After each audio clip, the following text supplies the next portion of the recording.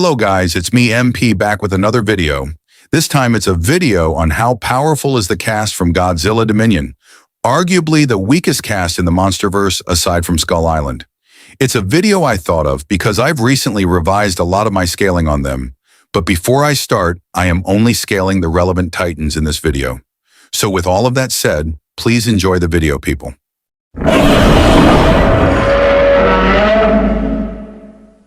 Godzilla Dominion takes place in 2021.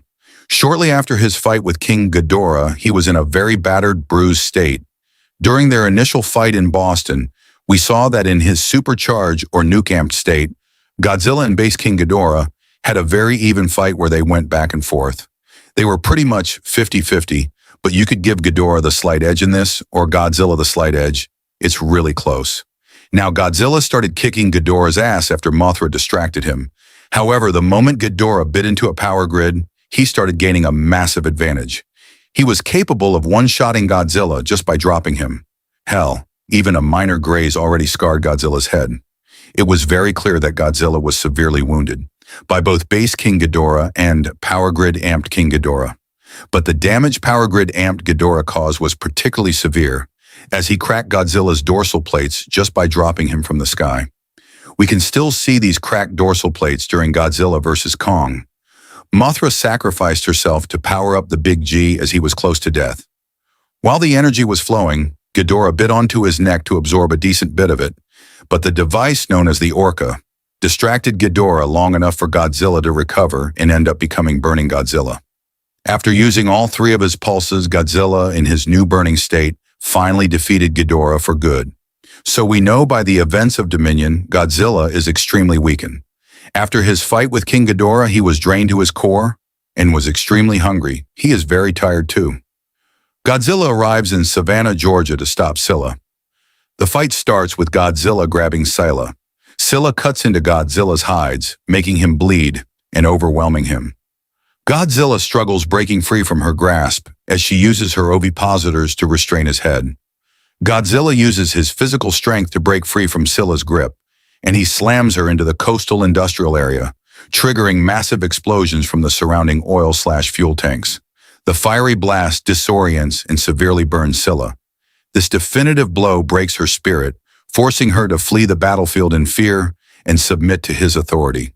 They were relative in power, but ultimately Godzilla won that fight and got Scylla to submit.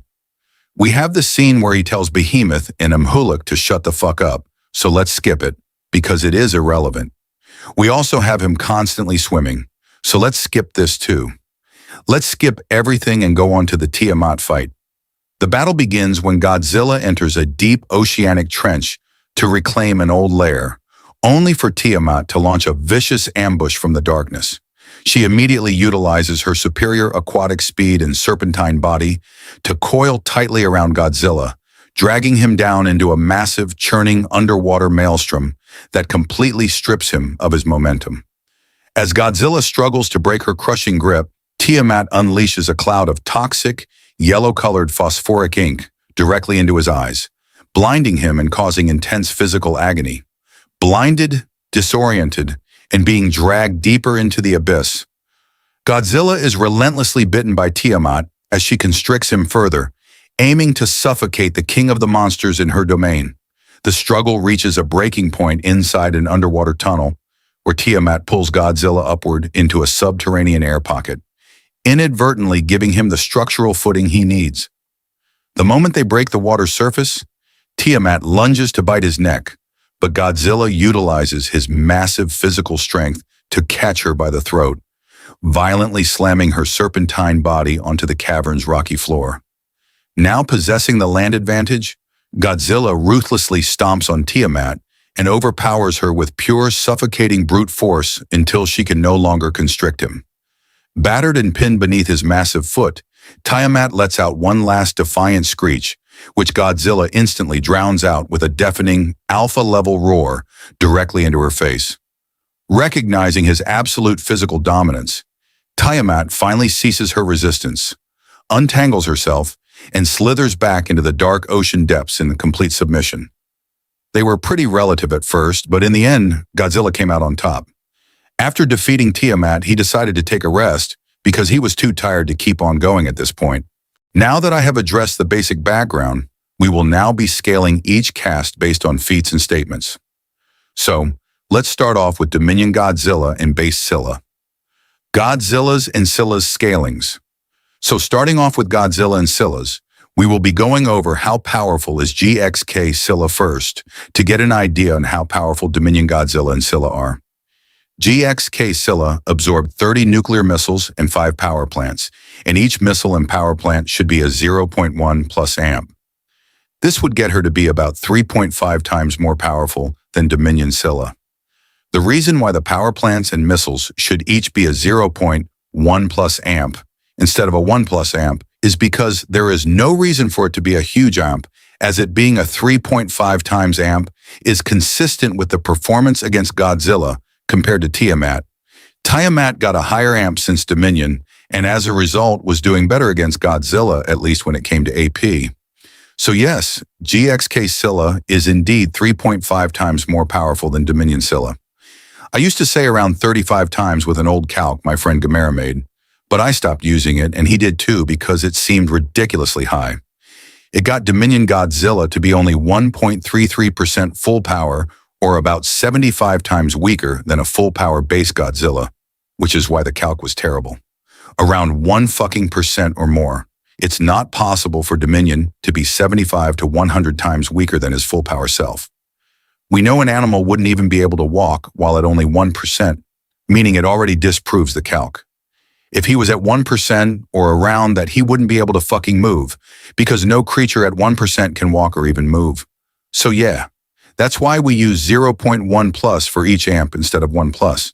And how huge is the gap between base GXK Godzilla and GXK amped Scylla? Well, he was able to manhandle her pretty easily, and how her leg claws couldn't damage him at all, it is safe to say there is a 2.5 to 3 times gap in power. And no, it is not a one-shot or 7.5 to 12 times power gap, because Scylla's heat resistance to the atomic breath wasn't so good, and she was likely weakened from prior attacks too. So base GXK Godzilla should be about 2.5 to 3 times amped GXK Scylla, realistically speaking. And that also means GXK Godzilla is about 8.75 to 10.5 times stronger than Dominion Scylla, since he is 2.5 to 3 times stronger than amped Scylla, who is 3.5 times stronger than Dominion Scylla.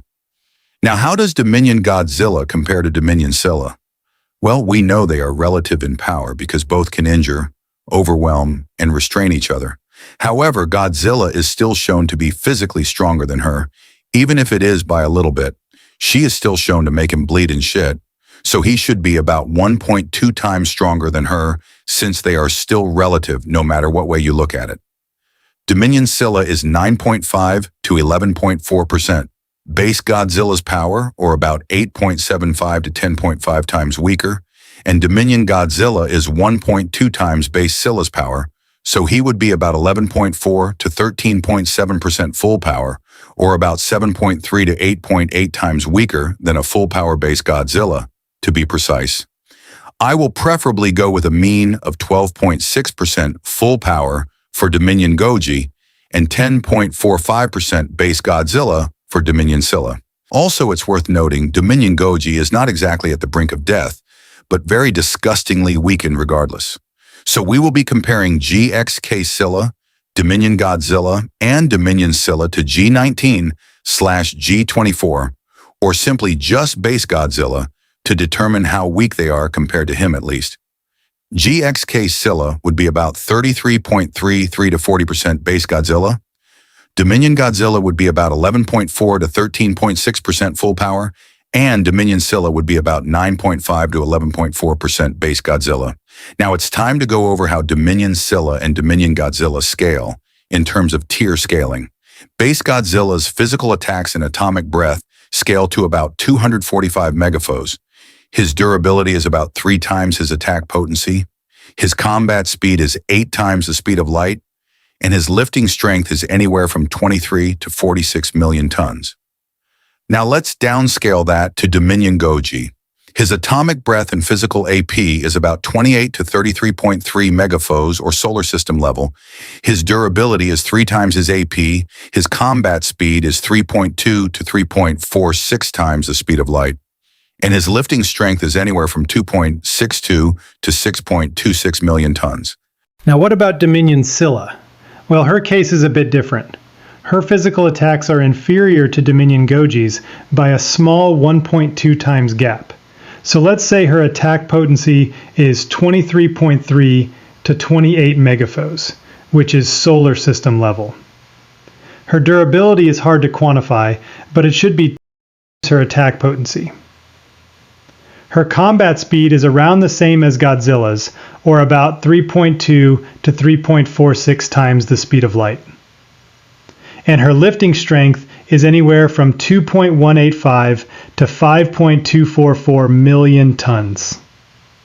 So yes, Dominion Kaijus are obviously weak, even inverse-wise, but they're not 40 to 100 times weaker than base Kaijus, or else they wouldn't even be able to move.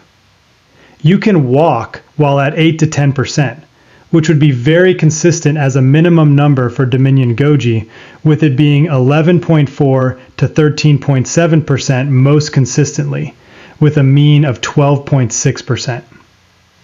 But at 1 to 3%, you just cannot fucking stand at all. And although they are weak inverse, they're still quite powerful crossverse, so they shouldn't be downplayed when it comes to crossverse.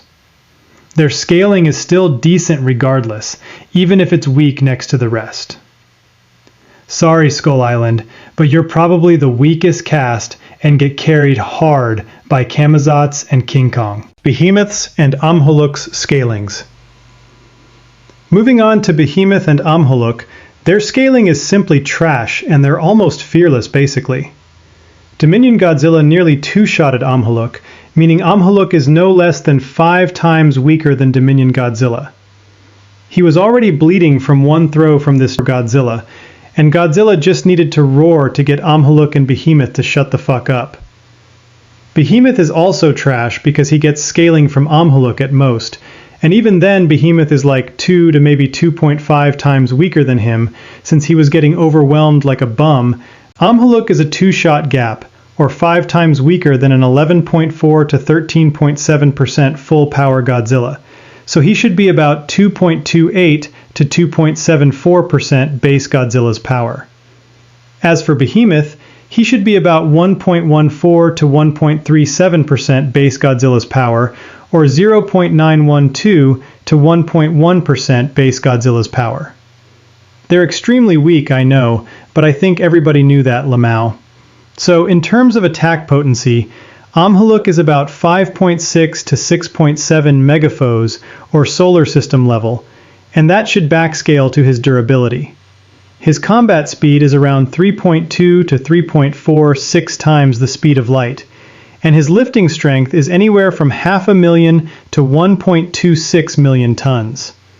As for Behemoth, his AP is about 2.8 to 3.36 megaphos, or 2.2 to 2.7 megaphos, which is solar system level, and that scales to his durability as well. His combat speed is also around 3.2 to 3.46 times the speed of light, and his lifting strength is like 0.25 to 0.63 million tons. Overall, both Amhuluk and Behemoth are just terrible scaling-wise. They have no good scaling at all. The fact both can get overpowered by Dominion Godzilla very easily already says enough to place them as absolutely trash. It is a shame though, because I like both of their designs. The Rival's scaling. Now it's time to move on to the Rival, an overglazed fodder. So far, the Rival's scaling, he barely has anything going on for him. He's pretty much just an overglazed fodder. People mainly overrated him a lot because he beat Godzilla in the past, but that is such a horrible argument. For one, it was confirmed Godzilla was a child back then, which is why he lost to the Rival. Moreover, we should also take into account the Rival actually teamed up with several Kongs just to beat a child. Blown up, so he's thinking, oh, but there was this place when I was really young, or younger anyway, that I got driven out of. So in that particular storyline, if it's not clear, what happened was a Kong or several Kong pushed him out of there when he was younger and weaker. This goes on to show how fodder the rival is. Plus, people try to argue Dominion Godzilla wasn't sure if he could beat the rival, but they would be ignoring the fact that his doubt was based on his past fight, and he didn't know what happened to the rival, or if he got any stronger. So this already disproves the rival being above Dominion Goji. Moreover, it was directly confirmed that base Tiamat ripped the rival to shreds and left nothing but his skull. And let's remember that base Tiamat is below an 11.4 to 13.7% Godzilla by a 1.1 times gap. So this already puts an even more embarrassing picture on the rival's name. Also, let's not forget that people claim the rival beats the Muto Prime because of a Muto Prime skull. Yes, that's true, but let's not forget the context of it. This was very likely a young Muto Prime. It could be a younger, weaker Muto Prime, perhaps even fresh after her transition from a Fimuto. But no one acknowledges that, and everyone just wants to downplay Muto Prime and glaze the rival. Like, shut the fuck up and be thoughtful for once. And let's not forget that not only was the Muto Prime most likely young, but the rival likely ganged on her too. This should already say enough about all the rival wanks. Now, let's be fair, even if the rival ain't as OP as many people think, he does still have good stuff. For example, he likely put up a good fight against base Tiamat, even if he ultimately lost. Dominion Goji, who is slightly above base Tiamat, needed to sharpen his dorsal plates to challenge the rival. So the rival should still scale to about 80% Dominion Godzilla and 88.88% Dominion Tiamat. Dominion Godzilla is at 11.4 to 13.7% full power, and the rival should scale to 80% of that. So the rival would be about 9.12 to 11% base Godzilla. He is weak in general inverse scaling, but still very strong compared to the other Dominion Titans. In terms of scaling, his AP is about 22.34 to 27 megaphos. His durability should be relative to his AP, and his physical strength should be anywhere from 2.1 to 5.1 million tons. So, in terms of scaling, the rival, while not exactly fodder, is still absolute trash when it comes to inverse, but he is a high tier compared to other Dominion Kaijus. He's relative to Dominion Godzilla, Dominion Tiamat, and Dominion Scylla. Tiamat's scaling. Now we're moving on to Tiamat. Moving on to Tiamat, she, like Scylla, actually has a lot of impressive things to say too. She was shown to be pretty relative to Dominion Godzilla. Godzilla enters a deep oceanic trench to reclaim an old lair, only for Tiamat to launch a vicious ambush from the darkness. She immediately utilizes her superior aquatic speed and serpentine body to coil tightly around Godzilla, dragging him down into a massive, churning underwater maelstrom that completely strips him of his momentum. As Godzilla struggles to break her crushing grip, Tiamat unleashes a cloud of toxic, yellow-colored phosphoric ink directly into his eyes, blinding him and causing intense physical agony. Blinded, disoriented, and being dragged deeper into the abyss, Godzilla is relentlessly bitten by Tiamat as she constricts him further, aiming to suffocate the king of the monsters in her domain. The struggle reaches a breaking point inside an underwater tunnel, where Tiamat pulls Godzilla upward into a subterranean air pocket, inadvertently giving him the structural footing he needs. The moment they break the water's surface, Tiamat lunges to bite his neck, but Godzilla utilizes his massive physical strength to catch her by the throat, violently slamming her serpentine body onto the cavern's rocky floor. Now possessing the land advantage, Godzilla ruthlessly stomps on Tiamat and overpowers her with pure, suffocating brute force until she can no longer constrict him. Battered and pinned beneath his massive foot, Tiamat lets out one last defiant screech, which Godzilla instantly drowns out with a deafening, alpha-level roar directly into her face. Recognizing his absolute physical dominance, Tiamat finally ceases her resistance, untangles herself, and slithers back into the dark ocean depths in complete submission.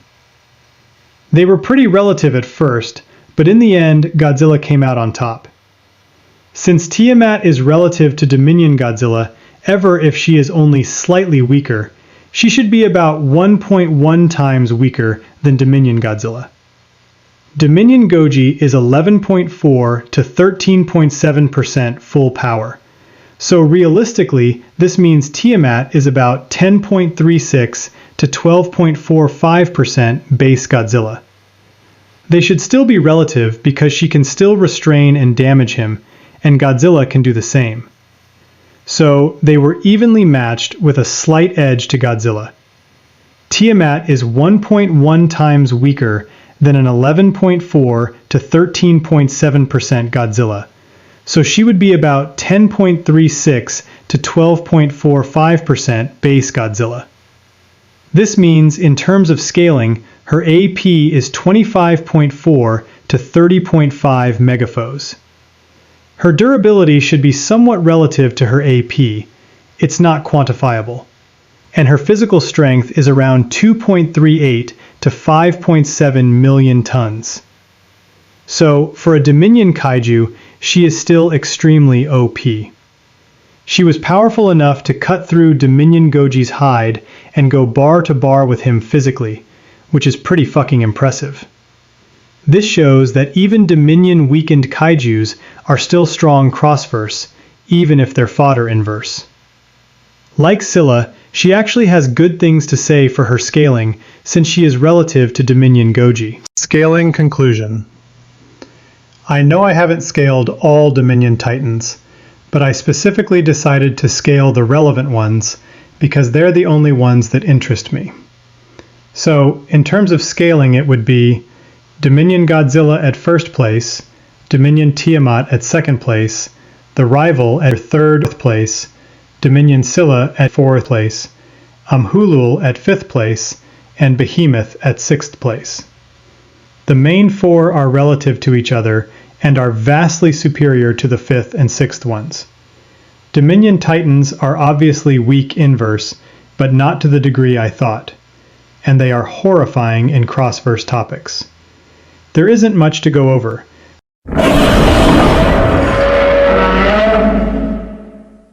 So, in summary, Dominion Titans, while weak when it comes to inverse, still have some good stuff. And while they're fodder inverse, they're still extremely OP when it comes to crossverse. They still scale to solar system level. Godzilla was a little above 10% in the comic, around 11.4 to 13.7% full power. He is indeed disgustingly weakened, but he is very OP crossverse-wise.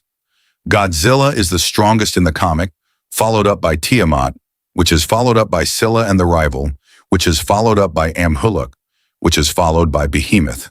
That's the ranking within the comic. Dominion Godzilla's atomic breath in physical AP is about 28 to 33.3 megaphos or solar system level. His durability is 3 times his AP. His combat speed is 3.2 to 3.46 times the speed of light. And his lifting strength is anywhere from 2.62 to 6.26 million tons. Dominion Tiamat's AP is about 25.4 to 30.5 megaphos. Her durability should be somewhat relative to her AP. It's not quantifiable, and her physical strength is around 2.38 to 5.7 million tons. In terms of scaling, the rival's AP is about 22.34 to 27 megaphos. His durability should be relative to his AP, and his physical strength should be anywhere from 2.1 to 5.1 million tons.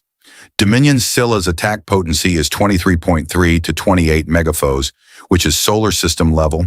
Her durability is hard to quantify, but it should be her attack potency. Her combat speed is around the same as Godzilla's, or about 3.2 to 3.46 times the speed of light. and her lifting strength is anywhere from 2.185 to 5.244 million tons. In terms of attack potency, Amhuluk is about 5.6 to 6.7 megaphos or solar system level, and that should backscale to his durability. His combat speed is around 3.2 to 3.46 times the speed of light, and his lifting strength is anywhere from 500,000 to 1.26 million tons. As for Behemoth, his AP is about 2.8 to 3.36 megaphos, or 2.2 to 2.7 megaphos, which is solar system level, and that scales to his durability as well. His combat speed is also around 3.2 to 3.46 times the speed of light, and his lifting strength is like 0.25 to 0.63 million tons. So not bad for crossverse matchups, even if the cast is weak overall. Well, anyways, that will wrap up the video. I've decided to scale the Dominion Titans because I wanted to show how powerful they actually were. I admit I did downplay them at some point, but I did take back a lot of the takes. Anyways, I hope you enjoyed the video, and with all that said, have peace and have a good day, people. Que obre un milagro, oye tus plegarias y manda al gran escuadrón. Se coma ese señora, se coma ese señor, se coma tu familia, que muere con dolor.